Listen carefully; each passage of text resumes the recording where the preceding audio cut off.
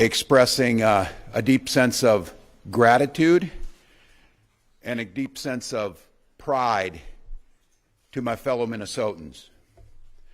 Over the past 6 weeks, the state of Minnesota and the people of this great state have endured an unprecedented federal invasion in all aspects of life. Our sense of normalcy was shook to the core. The trauma that's been inflicted, certainly across an immigrant community, but to every single Minnesotan, is unlike anything we've witnessed. We've been through challenges, we've been through natural disasters, we've been through COVID, but this is something that I don't think any state has ever experienced. And through that entire time, the dignity, the compassion, the love, the care, and the absolute determination to do what was right never wavered amongst Minnesotans, whether it was standing in minus 40 degrees temperatures or it was delivering food to a family that simply wanted to feed their children. Minnesotans never wavered. And for that, I will be forever grateful. I think it's probably safe to say the rest of the country will be forever grateful because they showed what it means to stand up for what's right, to stand up for the true principles of this country, to stand with the Constitution, and to stand with human decency. And so I want to note that the announcement today by Mr. Homan, we are cautiously optimistic, as we've said, and that this surge of untrained, aggressive federal agents are going to leave Minnesota. And I guess they'll go wherever they're going to go. But the fact of the matter is, they left us with deep damage, generational trauma. They left us with economic ruin in some cases. They left us with many unanswered questions. Where are our children? Where and what is the process of the investigations into those that were responsible for the deaths of Renee and Alex? So while the federal government may move on to whatever next thing they want to do, the state of Minnesota and our administration is unwaveringly focused on the recovery of what they did. And there will be many steps in this process, many answers that we still need to get and will pursue. But as we started earlier this week, one of the first things we can do and what we're focusing on today is what can we start doing on the economic recovery, the damage that has been done to our economy, specifically to small business owners, and even more specifically to immigrant small business owners, which for every other administration and for most of our history is the epitome of the American dream. Come to this country with nothing and build something to be proud of, build something that creates jobs, build something that creates this incredible diversity and a food scene across this state that is second to none, to entrepreneurship, to the work that they've done. Meeting a few weeks ago down at the Hmong Market, and a gentleman who came here and got a food stall, and 3 of his children are now medical doctors that went through American universities to become medical doctors to help make this state the best for health care. Those are stories we should be celebrating, not dangerous police chases through peaceful neighborhoods, not little boys in little backpacks being hauled away, and not mourning of parents and family for American and Minnesota citizens being killed on the streets. So, Minnesota, on behalf of not just this state but the country, thank you. That same energy now needs to be directed towards recovery, to finding ways that people have done during these challenging months to go forward. So I want to say this damage is still being assessed, but we do know, and you're going to hear from some folks, you're going to hear from Henry, you'll hear from Commissioner Varilek about where we're at on the front end of this, and we're going to be proposing a reinstitution of our Small Business Emergency Fund. It's what we used very successfully during COVID in the recovery and the economic recovery that we saw in Minnesota that outpaced most of the rest of the country. We're going to be proposing a first-time $10 million one-time targeted loans, forgivable loans that we know, and I want to be very clear, is a very small piece of this, but what I am going to challenge as we get ready to start here in a few days, the legislative session, this legislative session needs to be about recovery of the damage that's been done to us. I am also asking our team, and I'm going to make appeals to our federal delegation, the federal government needs to pay for what they broke here. There are going to be accountability on the things that happened, but one of the things is the incredible and immense costs that were borne by the people of this state. The federal government needs to be responsible. You don't get to break things and then just leave without doing something about it. So we're going to be asking the federal delegation to be investing and doing the things necessary. We have been in contact with federal leadership as a negotiation is happening right now on DHS funding and all of the things that we have an expectation, whether it be the investigations, whether it be going forward, no masks, because this, I got to tell you, one of the things, and I'm in contact with a lot of my colleagues, both at the federal level with the Senate and the House, but especially governors. I don't want these folks showing up somewhere else and doing this. So the changes that need to be made, the investments that need to come back, they need to show, they being the federal government and they being this administration, they need to do more. But I'm not going to hold my breath that the federal government's going to do the right thing. What I am going to do is I'm going to bet on the people of this state. And when we come into this legislative session, an expectation is this should be a bipartisan effort to protect these businesses, to protect what we have in Minnesota, to make changes here to improve this state. That should be very easy. And I think we've seen just some of the data surrounding this. There's very few things in this state that are more unpopular than what just happened to us, and there's few things that are more popular than recovery and supporting small businesses. So Minnesota, I know you've been through a lot. I know that we're still in the deep part of winter, but it's going to be 40 today here.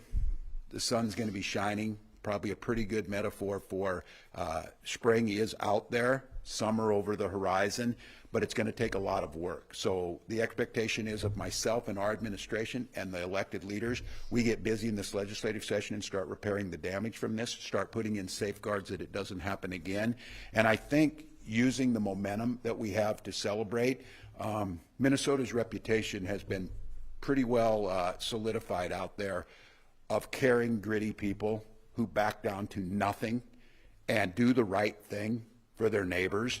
And I think now we continue that same attitude into this legislative session and into this recovery to help the folks standing behind me and thousands of others to get back what they do best, creating jobs, creating opportunities, creating a good life, being able to see their children go off to school and then celebrate by, watching a baseball game when things start up here this spring. We're not asking that much, but there's going to be work to do. You've got our pledge that we will do everything possible to make that happen, and today is a very small first step, but it is a concrete step that can make a difference. With that, I'm going to turn to Deed Commissioner Matt Varilek to talk a little bit about how we expect this program to work, and then we'll hear from Henry as a spokesperson for what the impact has been of a small business and what this can do to help. Commissioner Varilek.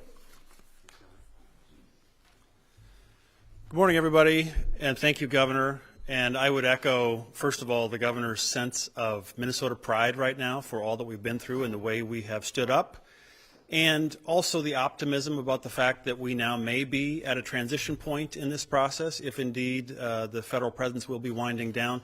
But I want to emphasize what he said, that the economic impacts will be very long-lasting. It was maybe a couple of weeks ago or so that we stood up with some of these very same small business owners and highlighted there the massive negative economic impact that is resulting from the fact that a lot of workers don't feel comfortable showing up, a lot of customers don't feel comfortable showing up, and so we're seeing massive reductions in that foot traffic, massive reductions in revenue, et cetera. And so that's why it is so important, first of all, that the governor launched the Shop Local campaign as part of our Shop Local Stand Together effort in this month of February, and now this additional measure of the $10 million in targeted small business partially forgivable loans we think is another important step. And just to elaborate on that a little bit, the notion is that the loans would be 0% over 3 years.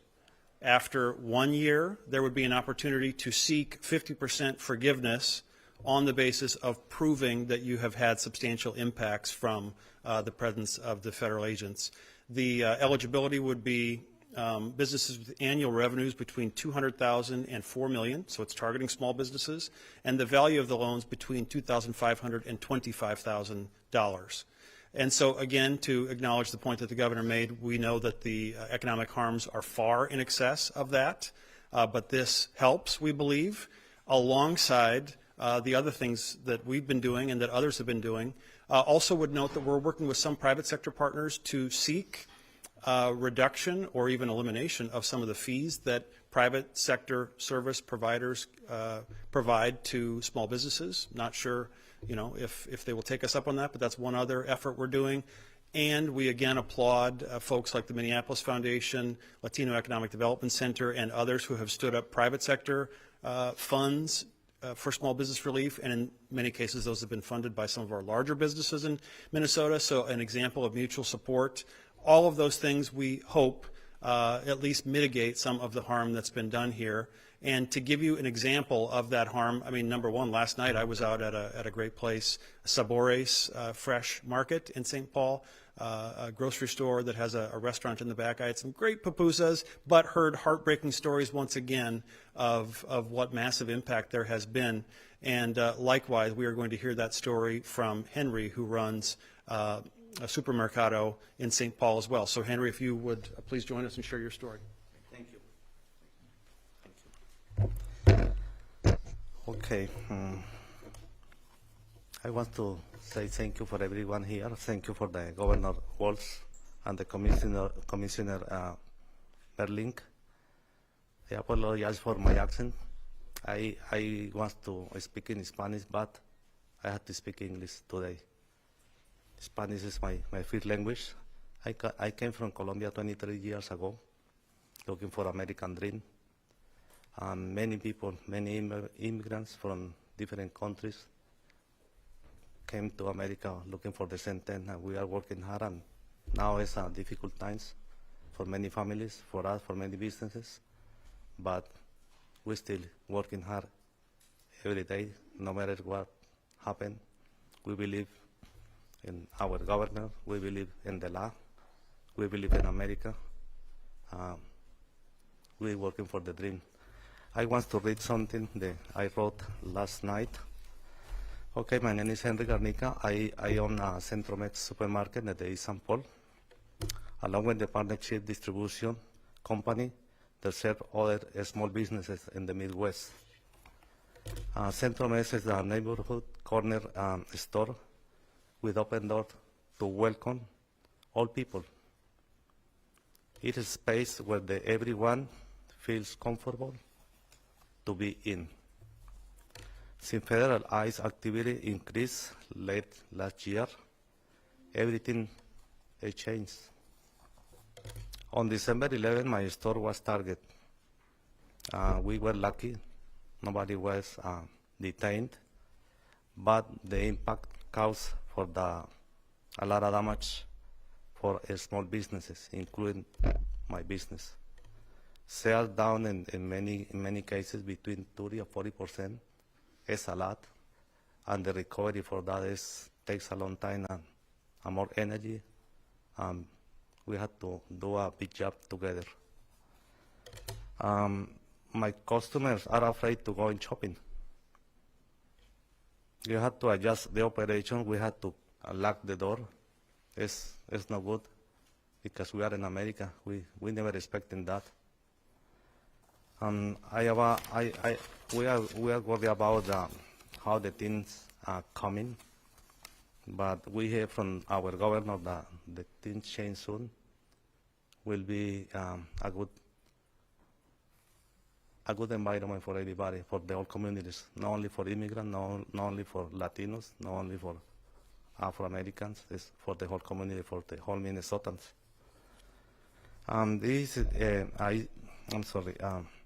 Through my distribution company, I see the impact across the other small businesses too.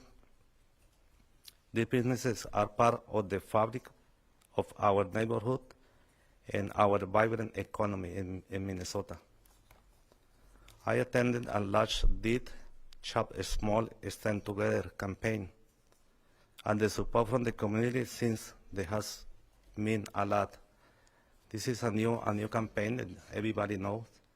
I can see every day in my business many new customers, Americans, 100%, and they are going to buy stuff in my store. I feel blessed. I think it was a good initiative from the governor, local governor. I have many friends in the other stores, and they see the same thing every day. It's a big help. I appreciate that. Thank you for the initiative. It's a good blessing. It's a good thing for all small businesses. But sales dropped like they have. Goodwill alone can cover rent or payroll. Small businesses don't have a safety net. The proposed 10 million forgiveness loan package could be give a business like breathing room to keep employees, to keep the staff, to keep paying the payroll, to keep restocking the shelf. But we need more. I think we're expecting at least 3 or 4 or maybe 6 months to recover the business again, because we are in a really tough situation. With the community support and smart economic relief, we can move forward. Finally, I want to say I am grateful for leaders who are standing with the small businesses during this difficult time. I am also incredibly thankful for the community members and volunteers who show up to help every day, no matter the weather.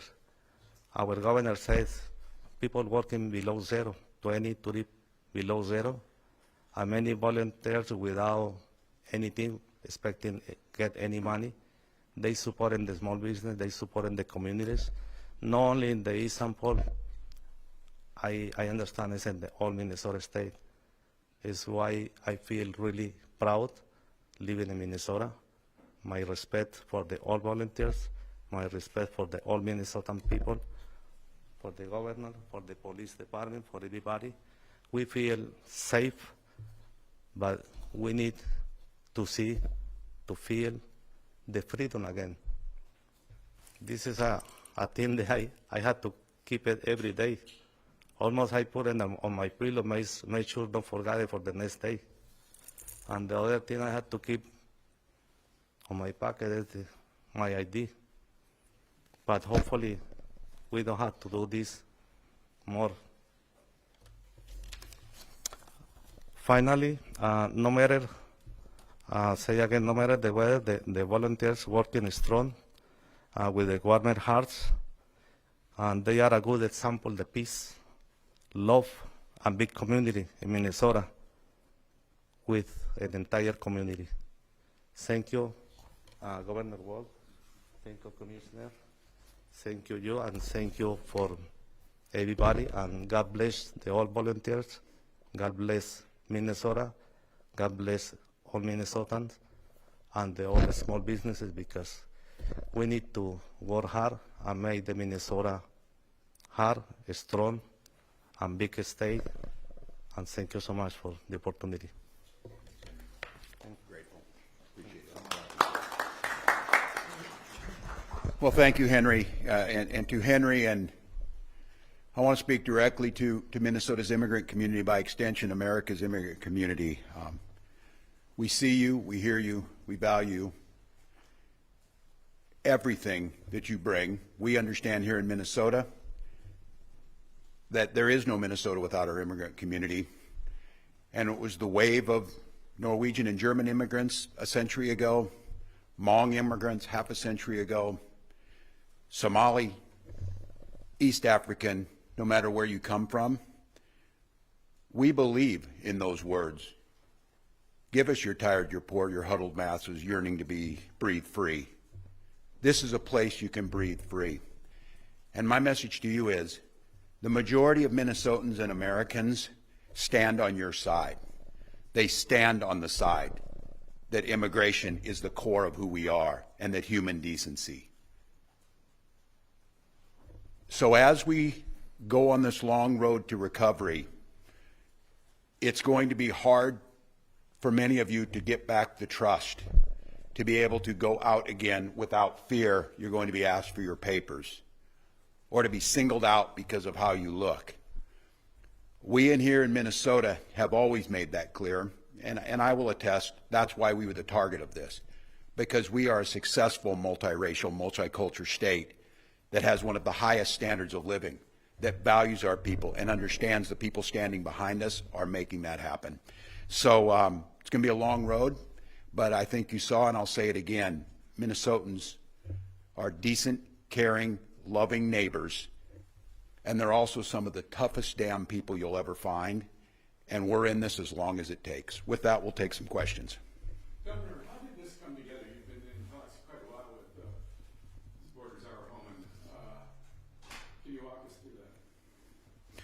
We have been communicating a lot, and I just want to note the way the state of Minnesota is addressing immigration is exactly the same today as it was 3 weeks ago, or 3 months ago, or 3 years ago.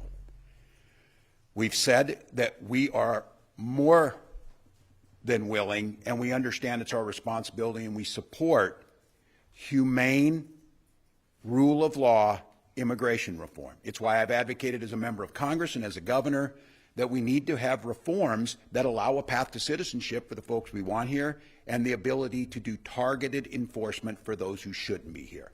So we continue to express that. We continue to work. I think probably what changed was when Tom Homan came here, I could get a conversation with someone. Not a single interaction, Kristi Noem, Bavino, or any of the rest of them, and an arrogance that it didn't matter.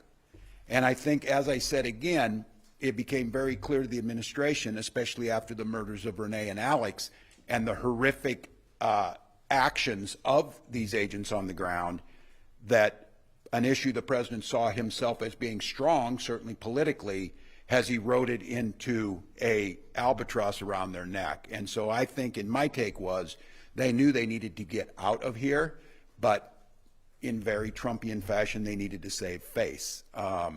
So we've been talking, and I will say this, Tom Homan said today that he and I disagree on a lot of things. That is probably an understatement. But as I said when he first came in, and first thing he did was call me when he landed and then meet the next morning, is that at least there was a consistency to what he said, and he followed through with it. So we got indications that this is where they were headed. And again, I think probably we would be back to that pre-surge number in the very near future. Yes, ma'am. Does this announcement change the way you're thinking about DHS funding and whether they should receive funding going forward? No, and I just want to be, this is a really kind of tricky thing with this administration, because they change their mind, or if they think, the president thinks he's not getting the upper hand. I'm certainly not going to spike the football, but you're not going to hear me express any gratitude for the people who caused this unnecessary, unwarranted, and in many cases unconstitutional assault on our state. And my expectation is we still need to have those investigations. And I'm telling you, in this economic crisis they created, all of these cabinet agents came in here to try and please the president by attacking Minnesota. So we have a $2 billion cut from Dr. Oz in our DHS programs that are rural hospitals and things. So it doesn't change it at all. And I think the lessons learned, I'm more than happy to help Congress say some things, is in America, you cannot expect that the people are going to be okay with masked, unidentified people running you off the road and coming to your vehicle at gunpoint like we saw in St. Peter, Minnesota. So if ICE, which Tom Homan's right about this, they have a mission. Now, I don't know if this iteration of ICE can last, but the idea of immigration reform and border control, we all agree with that. What we disagree with is that what happened in Minnesota had anything to do with that. It did not. So I hope, and I would encourage, and we have been contacting with Leader Jeffries and Senator Schumer to hold the line till you get the at least minimum reforms necessary in this rogue agency to get something done. So yes. This still doesn't totally answer the question on everyone's mind, which is when are these ICE agents leaving? We obviously know that some of them will stay and sort of go back to business as usual, be pre-positioned around the state, but Mr. Homan said this week and early next week. I talked to Mr. Homan after his press conference, and he assured me that they are going, all the surge is going, and they're going immediately. So as soon as they can pack their stuff, book a plane, move on. I would volunteer. We will help you get to the airport. We will clear the roads to get you to the airport. I will come over and pack your damn bags if that's what it takes. But I think it does answer the question. And again, this is a trust but verify. I am skeptically optimistic. I have no reason to not believe that when Tom Homan said they will be gone almost immediately. So it'd be my expectation, I think, you know, certainly by the middle of next week, this is back to the 150. So yeah. Yeah. I think, and I'm trying to look, I don't know all the details because it's not what a executive branch should do to interfere with an independent judicial branch. And so as far as the BCA goes, they do what they need to do. And it was my understanding we were very close to a joint agreement. And then at least what we're hearing is that was pulled back. And this is somewhat a speculation, but it's how I'm viewing it, just to be candid with all of you, that the federal government pulled back because there was a leak before they could announce it. So I think we all have to be really careful. This is like a fourth grade game of who gets last hit type of thing. This administration always has to get the last word. This administration always has to be viewed that they won. And in this case, I think they understand they have got to do a joint investigation. So it is my expectations we will get a joint investigation. I would hope that this surge leaving and at least that piece being off, because that's one of the three demands that we will have to see here. This was getting rid of the surge, independent investigation, and then stop the attack on our state government agencies. So as I know right now is we were very close. I think obviously there's a contingent inside the FBI and the federal government that understands the only way you do these is through a joint investigation. And it's very clear, and again, if anybody in the administration or outside of Minnesota thinks because this surge that they're leaving, that somehow everything's okay and we've forgotten about this, the folks who are out there asking for this are going to turn their attention to these other things now. And so my hope is, and it could go a long ways, is we get an announcement in the the near term. Again, we're only asking for what's always been done. We're only asking for the right thing, and we're only asking for what is the core of who we are. Justice needs to be served. And I don't know. I do not know. We saw yesterday the federal government putting a ton of effort into trying to indict 6 members of Congress, the House and Senate, and a grand jury said, are you out of your minds, and threw those out. So what we need is, we need what's left of a decimated U.S. Attorney's Office here to get back to the work of stopping drug trafficking, stopping crime that's there, helping us on fraud investigations, and then getting us this investigation. So nothing further yet, but I think the framework is in place, and it's just a matter of them feeling like they have an upper hand to announce it, and I hope that would happen soon. Yeah. Go ahead. There are folks who have concerns about this final agreement. Can you talk about what is in that, and has anything changed from the state's Nothing has changed. The final agreement is that Minnesota would continue to do what we do, which is law enforcement, honor those things, and that we would do what has always been expected and has done for decades here, is if there's someone who is in a Minnesota prison and there is an ICE asking us to hold them, once their sentence is served, we notify ICE and turn them over. And that has, in every single case, you've done the investigative work, that's what's happened. So nothing has been changed. They continued to ask me. One of their demands is that I asked people to be peaceful in their protesting. That's an easy thing for me to do because that's what I said. But I'm not going to ask them to not be on the streets. I'm not going to ask them to give up their constitutional, their First Amendment rights, their Second Amendment rights, their Fourth Amendment rights, and for the state, the 10th Amendment rights. So what I've been telling you is this is exactly what we've been doing. And when I went to Congress 2 months ago and testified for 8 hours, as they incorrectly said Minnesota is not adhering to this, I testified for 8 hours. Nothing came out of that, and yet they came here. So I think to tell people, we're just going to follow the law. And when it comes to this, no one's disagreeing that you shouldn't have immigration enforcement. But it should be with due process, and everybody gets that. And it certainly should be done humanely.